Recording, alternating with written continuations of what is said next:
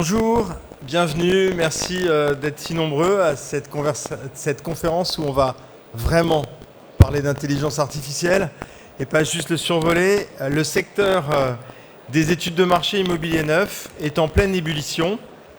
Les acteurs se multiplient, on a une quarantaine de solutions actuellement disponibles sur le territoire, différentes.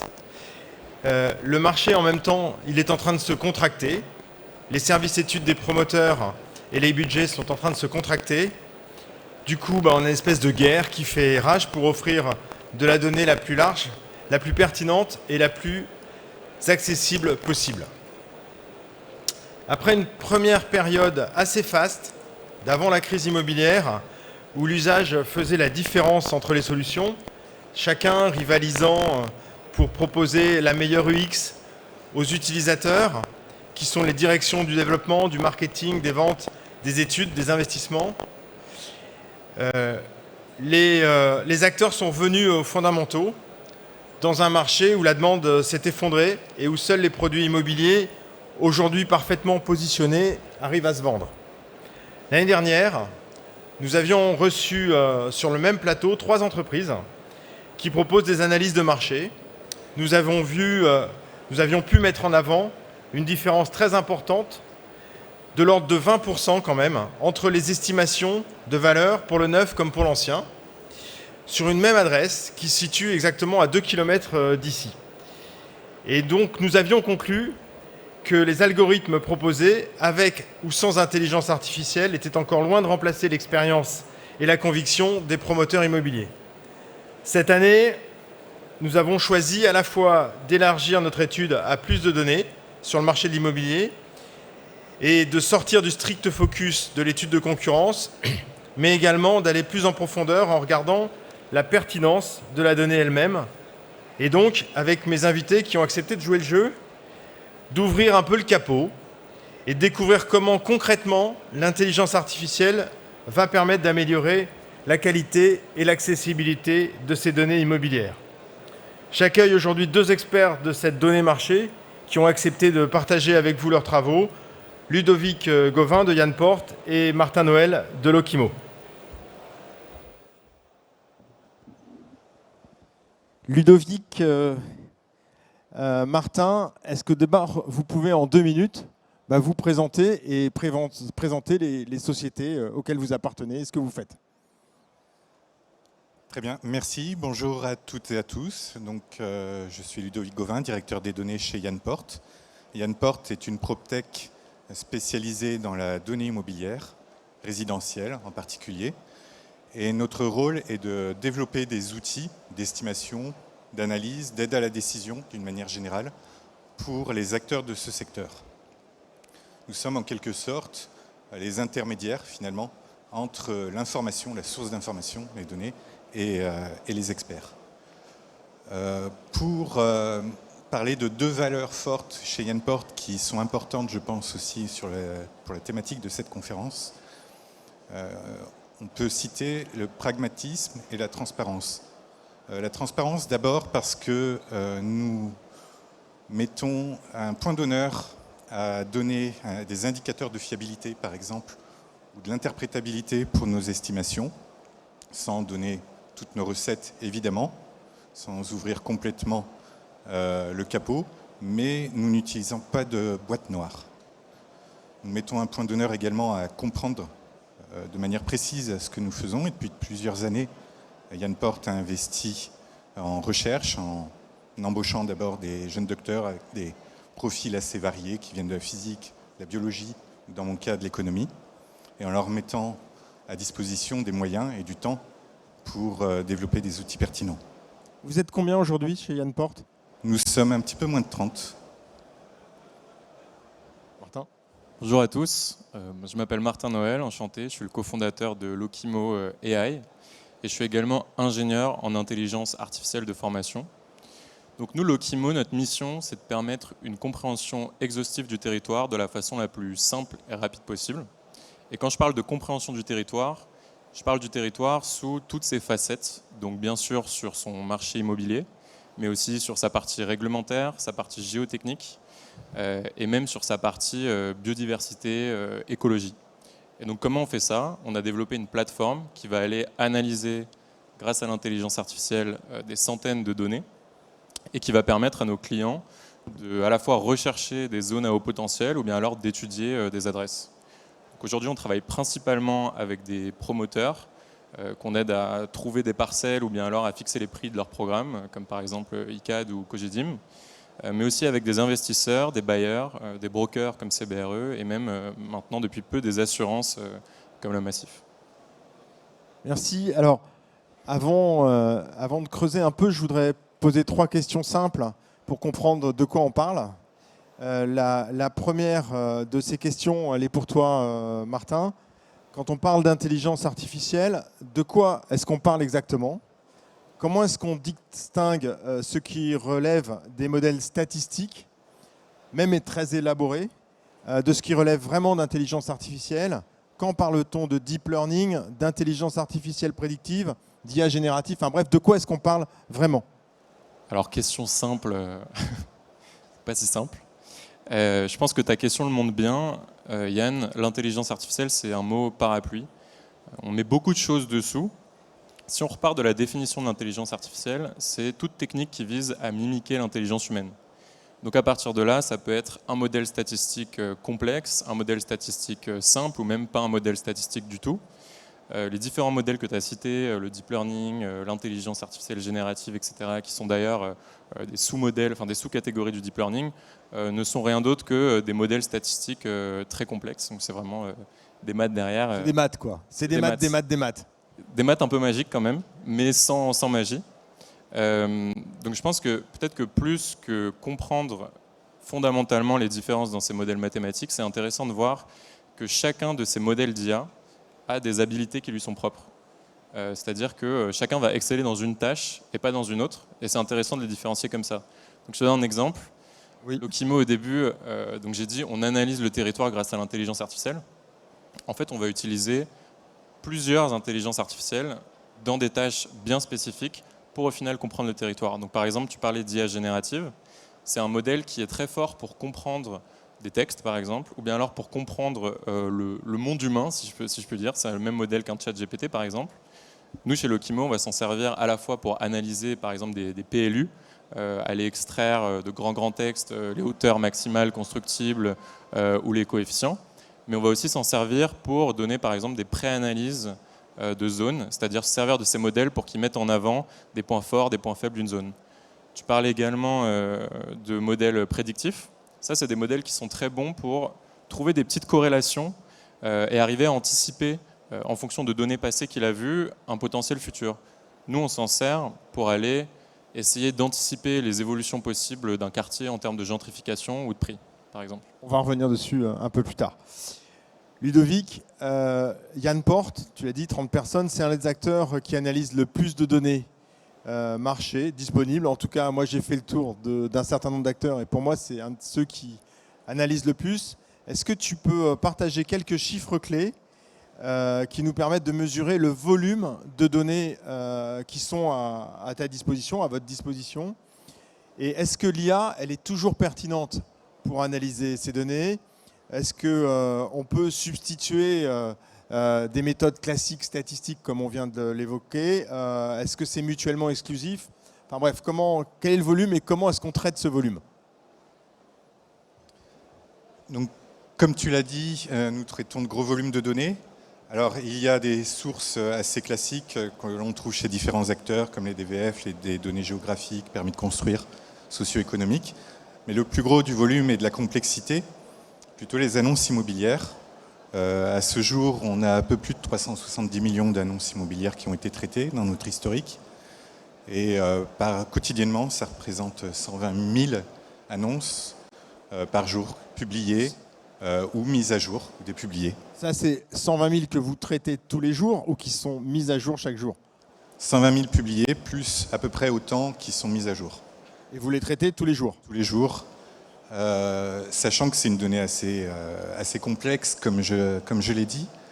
Et donc, vous imaginez bien une annonce immobilière, il y a des éléments structurés, le prix, la surface, parfois manquants, donc il faut faire avec aussi. Et il y a des éléments, ce qu'on appelle non structurés, comme les images ou le texte. Et par ailleurs, c'est une source de données qui est moins contrôlée que d'autres sources officielles, évidemment, donc il peut y avoir des anomalies qu'il faut traiter également. Et donc nous mettons en œuvre différents outils qui rentrent dans la grande famille des outils de l'IA, comme le disait Martin. Ça peut être de simples règles métiers, de l'analyse statistique classique et des modèles d'IA plus élaborés pour notamment extraire de l'information, par exemple des descriptions ou des images, pour ce qui va nous permettre d'enrichir les biens que l'on a en base. Par exemple, on va extraire l'état du bien ou le standing à partir de ces éléments-là. Ce n'est pas toujours pertinent, l'IA, pas toujours, ça dépend du type de données que l'on va traiter et des questions qu'on se pose. Il faut imaginer comme une boîte à outils. Vous avez une visseuse, dévisseuse très efficace. Vous ne pouvez pas l'utiliser tout le temps pour dévisser. Des fois, vous avez besoin d'un tournevis un peu spécifique, plus simple, mais très spécifique pour la vis que vous voulez faire. Et vous n'allez certainement pas l'utiliser pour clouer. Mais c'est pareil pour l'IA, en gros, pour le deep learning. Donc, comme vous pouvez le voir ici, donc il y a un gros volume de données ingérées, toujours avec pragmatisme, ce que je citais tout à l'heure, et transparence. Merci beaucoup. C'est vrai que tu m'avais donné l'exemple quand on avait discuté de l'information que tu pouvais récupérer dans une image d'une annonce pour enrichir la donnée. Je me souviens d'une histoire de piscine ou je ne sais plus quoi dont tu m'avais parlé. Oui, il y a expliquer ça. Effectivement, il y a des cas intéressants.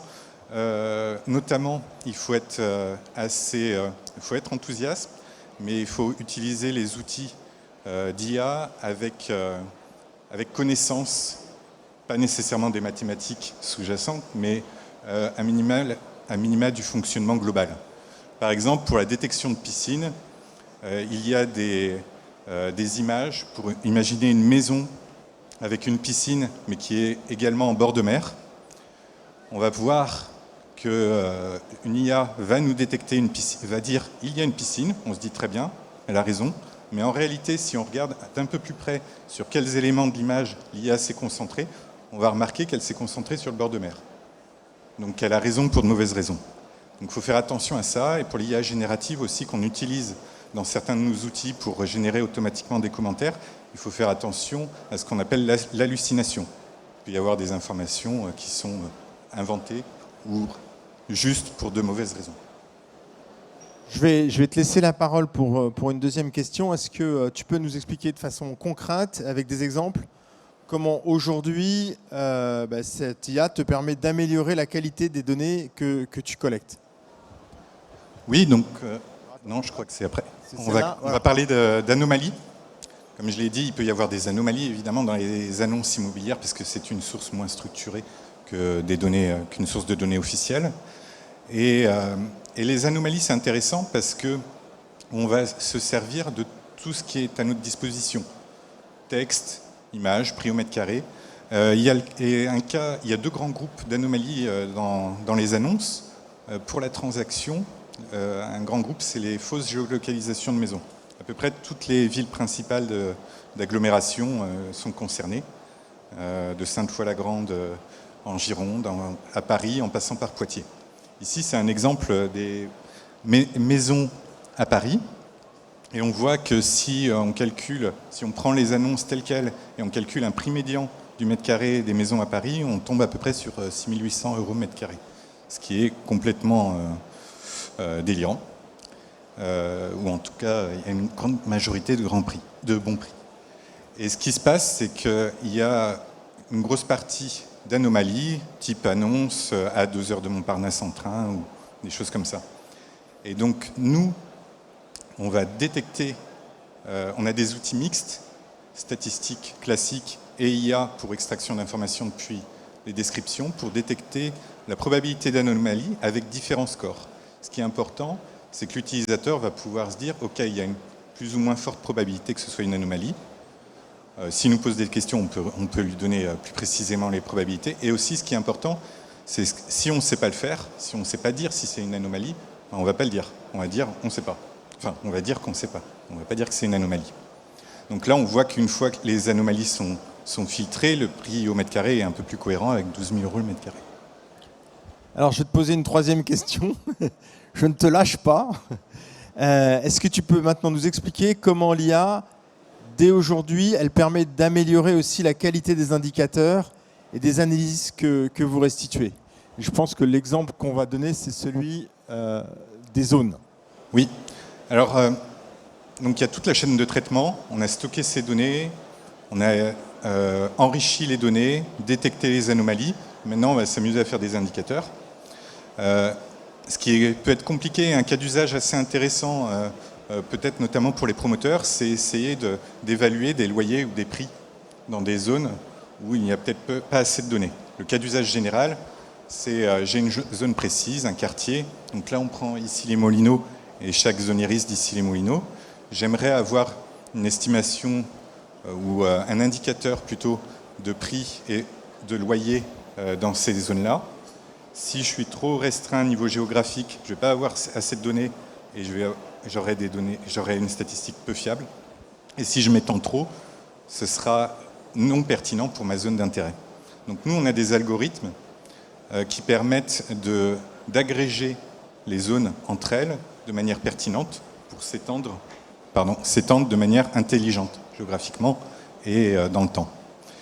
Le cas d'usage encore plus restrictif, si on parle du neuf, c'est aller se concentrer sur ce qu'on appelle l'ancien concurrent du neuf. Donc, par exemple, ici, c'est l'ancien qui a de très bonnes performances ou bonnes performances énergétiques.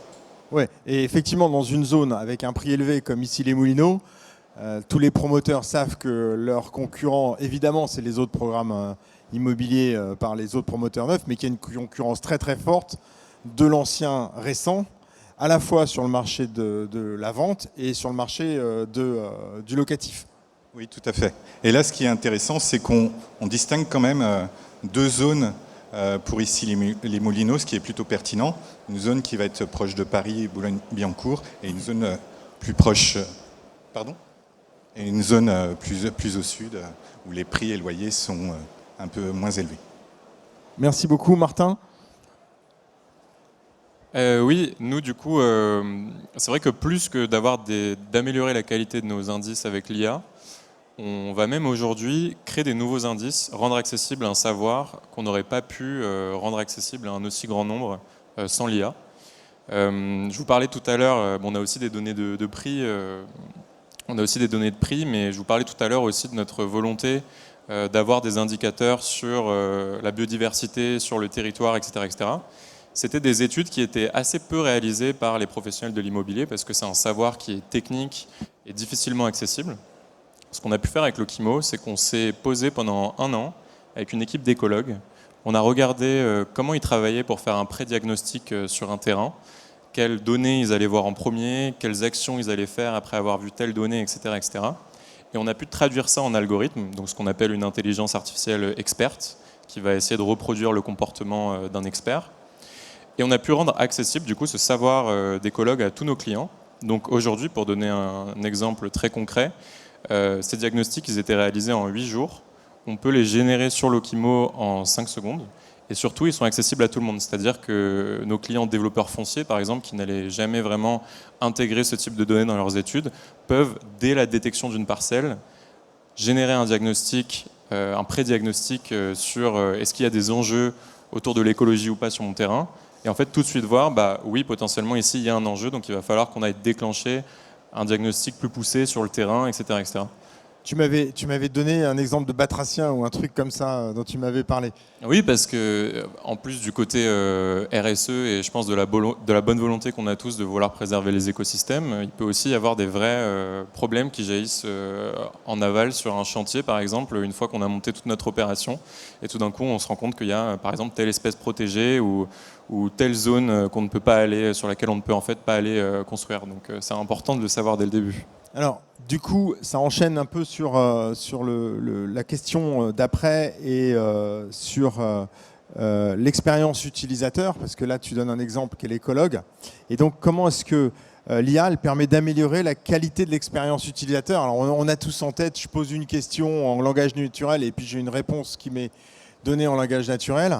Tout à l'heure, tu faisais référence à l'imitation du cerveau humain. Et donc, effectivement, ce que l'on peut attendre d'un outil ou d'outils comme les vôtres, c'est effectivement qu'à un moment donné, non seulement il me restitue un certain nombre de données, mais qu'il me donne un niveau d'analyse de ces données que moi, en tant qu'expert, je vais effectivement essayer d'approcher. Exactement. C'est vrai qu'on a un peu eu un dilemme depuis le début dans la conception de Lokimo. C'était le combat, l'exhaustivité des données versus l'expérience utilisateur. Parce qu'on voulait que toutes les données puissent être trouvées sur notre plateforme, mais en même temps, comment faire ça sans avoir 50 onglets, 40 indicateurs, 200 graphes, etc., etc. Et donc on a beaucoup travaillé notamment avec des chercheurs en IA, et on a développé nos propres modèles de langage qui vont nous permettre aujourd'hui, sur une zone, en un clic, d'avoir les points forts, les points faibles et les tendances qui vont être automatiquement remontés par nos algorithmes. Donc en gros, nos clients aujourd'hui vont toujours avoir accès à toutes les données s'ils veulent fouiller, mais en un clin d'œil, ils vont tout de suite voir, ah bah, faudrait peut-être regarder cette donnée en priorité, où il y a telle dynamique qui a été repérée, et ensuite ils peuvent par exemple juste cliquer sur le bon bouton qui va bien pour que ça leur amène à la donnée qui correspond. Donc en fait, ça leur permet de gagner beaucoup plus de temps, d'avoir une analyse plus fine et d'éventuellement pouvoir se concentrer sur les données les plus pertinentes sur une zone qu'ils étudient. D'accord. Ben, merci beaucoup. Je vais juste vous poser une question complémentaire à tous les deux. On imagine que le RENT, l'année prochaine, nous propose à nouveau de revenir sur ce plateau.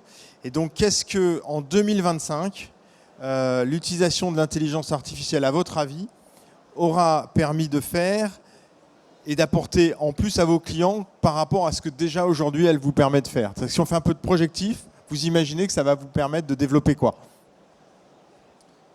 Dans notre cas, Dans notre cas, ce sera plutôt, je pense, lié à l'expérience utilisateur, donc la génération d'analyses commentées automatiques, avec toujours ces deux valeurs, transparence et pragmatisme, c'est-à-dire qu'on va limiter un maximum le risque d'hallucination, où l'IA pourrait inventer des fausses analyses, et transparence avec un outil d'évaluation de la pertinence de cette analyse, tout comme on peut faire un outil de fiabilité pour une estimation ou autre indicateur.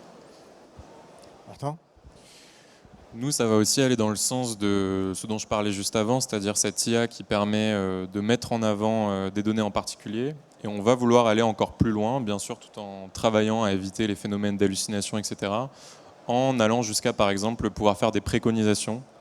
Donc, par exemple, à nos clients promoteurs, pouvoir leur faire différents scénarios grâce à l'IA. Est-ce qu'ici, il vaut mieux faire une résidence étudiante, une résidence senior, de la santé, etc., etc.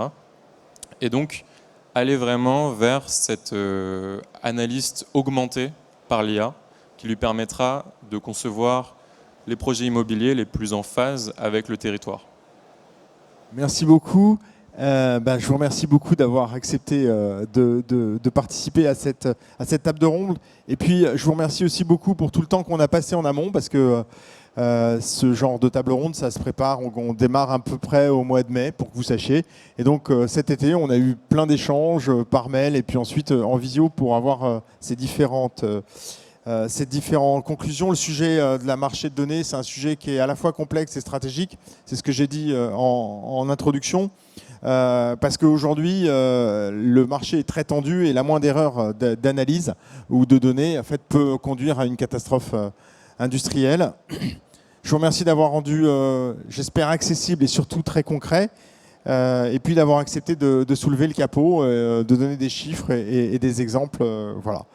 Je ne sais pas si en régie, on a encore 1 ou 2 minutes pour poser une question. Oui, est-ce que vous avez des questions que vous souhaiteriez leur poser? C'est toujours la première qui est difficile.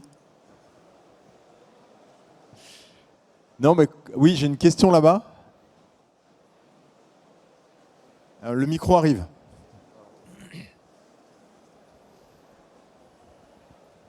Bonjour, je suis Aristide Mwanda, je suis géographe géomaticien. J'aimerais vous poser une question, notamment sur la lecture du PLU, par exemple. En quoi l'IA révolutionne la lecture et la compréhension du PLU auprès du citoyen lambda? Donc les PLU, pour ceux qui ont déjà pu les lire, c'est fastidieux. Ça fait au minimum, on va dire, entre 200 pages et 300-400 pages.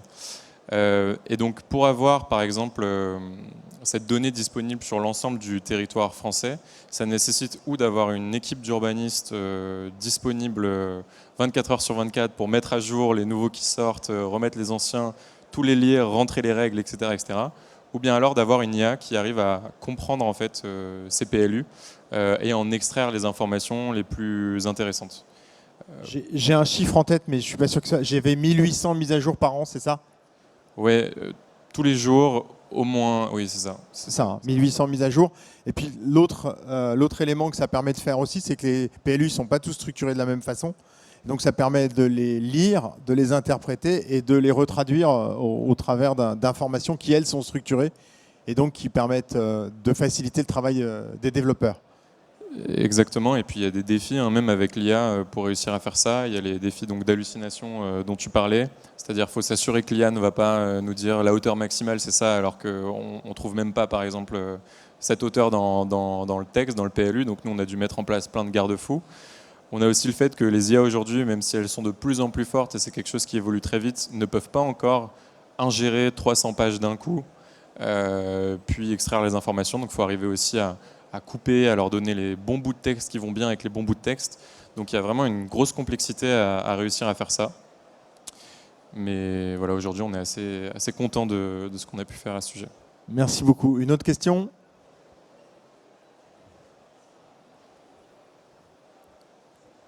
Il y a une question là-bas à droite.